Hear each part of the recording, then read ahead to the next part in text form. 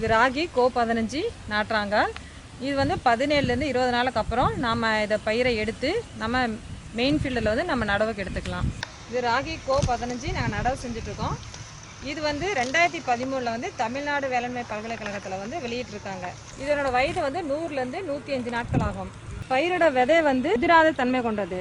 அதுக்கப்புறம் மேலே வந்து பயிர் வந்து நல்லா வளர்ந்ததுக்கப்புறம் வந்து சாயாத தன்மையுடையது. குறுநோய்க்கு வந்து எதிர்ப்பு உடையது. அதிக புரத சத்து வந்து கொண்டது. எவ்வளோ அப்படின்னு பார்த்தா 11.8% ஆகும். பட்டம் அப்படின்னு பார்த்தீங்கன்னா மானாவாரிக்கு வந்து April May June July September October பட்டதுக்கு மிகவும் உகந்தது. மானாவாரி பட்டத்தில் வந்து மகசூல் எவ்வளோ அப்படின்னு பார்த்தா 2300 கிலோ ஒரு ஹெக்டருக்கு. இரவி பட்டத்தில் வந்து எப்போ நம்ம இதை பயிர் செய்யலாம் அப்படின்னா டிசம்பர் ஜனவரி பிப்ரவரி மார்ச் ஜூன் ஜூலை. மகசூல் எவ்வளோ அப்படின்னு பார்த்தா 2800 கிலோ ஒரு ஹெக்டருக்கு.